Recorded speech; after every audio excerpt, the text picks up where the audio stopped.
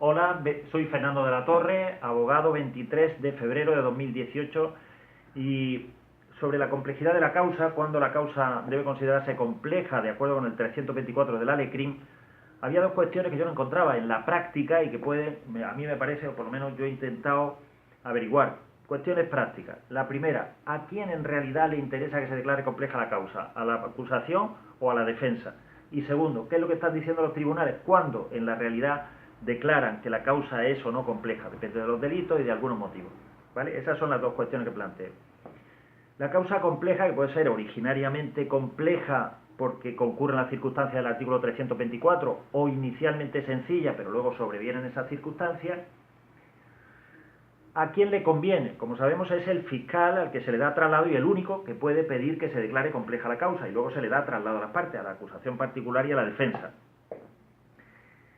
El Ministerio Fiscal pide la complejidad de la causa. Por acumulación de trabajo, por el motivo que sea, seguimos viendo escritos de una sencillez palmaria que luego los tumban las audiencias provinciales en los autos que recogen con la misma insuficiencia, ya digo, por acumulación de trabajo, por causa justificada, pues no hay posibilidad de averiguar en ese momento cuáles son las circunstancias, de concretarlas, de expresarlas y tal. Por tanto, es una herramienta, es un momento muy bueno para que la acusación particular, cuando le convenga, para la defensa cuando le convenga, incluya en su escrito aquellos argumentos que luego el juez, si quiere, pueda utilizar a la hora de declarar o no compleja la causa. Pero bueno, la cuestión es la siguiente. El fiscal es el único que puede pedir la complejidad de la causa. Ya sabemos que 3 días antes de que finalice el periodo inicial de instrucción de 6 meses, sin perjuicio de que las diligencias que se hubieran acordado antes, pero que se tengan que practicar después de la finalización del plazo de la instrucción, son válidas siempre que se hayan aprobado con anterioridad. Vale, el fiscal lo pide, se le da traslado a la acusación particular, que normalmente se adhiere, salvo que le interesara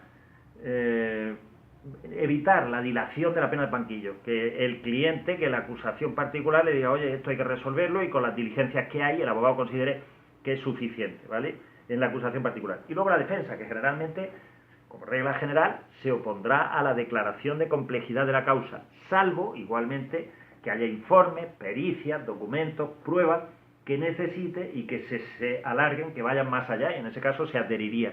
Pero la herramienta, repito, más importante para la acusación particular y para la defensa es analizar los argumentos concretos de la instrucción, en ese caso, que le puedan permitir al juez incluir esa argumentación en el auto para que no lo tumbe el recurso a la audiencia provincial, ¿vale? Eso en cuanto a quién le interesa. Cuando están declarando las audiencias provinciales, ya sabíamos lo que decían las circulares de las fiscalías que vienen en internet, ya sabemos lo que decía la doctrina al principio, en los primeros meses, sobre lo que iba a significar y todas las reservas y críticas a la regulación del artículo 324 sin facilitar los medios que prevean que esa instrucción se puede ejecutar en los plazos que se dicen, 6 meses, 18 meses o el extraordinario. La pregunta es, ¿cuándo están diciendo los tribunales? Y ahí tenemos, vamos a verlo de forma positiva y negativa, es decir, ¿cuándo hay complejidad de la causa? Depende de los delitos, y aquí me tengo que ayudar un poco del guión. Depende de los delitos.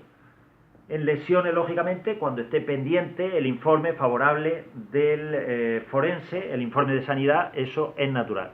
En los robos con fuerza, cuando esté, fijaros, pendiente, ¿qué puede haber?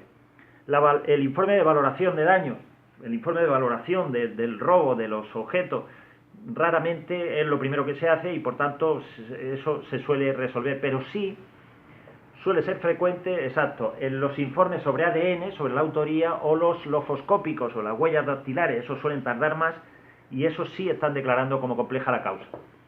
Más cosas. Sobre, desde luego, los informes periciales sobre credibilidad en los delitos contra menores, y luego ya delitos societarios, análisis de discos duros, apropiaciones, falsedades. En todos esos están los tribunales declarando que la causa es compleja cuando estén pendientes de esas diligencias. Y no se admite, no se está admitiendo en algo, por ejemplo, muy curioso, he visto por ahí, cuando está pendiente el análisis pericial de la droga. Eso no se está admitiendo la complejidad de la causa cuando está pendiente durante el periodo de la instrucción. No, hay que ejecutar, hay que practicar esa diligencia en el periodo de la instrucción, hay tiempo de sobra y por tanto no se puede decir, oiga, la causa se convierte en compleja. Cuando está pendiente el informe de sanidad, efectivamente, cuando está pendiente el informe de sanidad, cuando ya se ha calificado como delito. Si dentro de la instrucción se califica como delito, ahí se termina. Es que queda pendiente el delito de sanidad, nos da igual. Periciales en apropiaciones de daño, y desde luego no se admite, como ya sabemos y seguimos viendo con tanta frecuencia, los autos que declaran la complejidad de la causa de una forma vaga, con generalismos, sin que se concrete la causa, o cuando se refieren pericias en general. Hay un auto de Murcia, tercera, 19 de julio de 2017, muy interesante, que recoge todas estas cuestiones. Pero en principio, por tanto, la complejidad depende de los delitos y no se admite cuando hay una serie de pericias, como hemos visto, de forenses y demás. Nada más, gracias.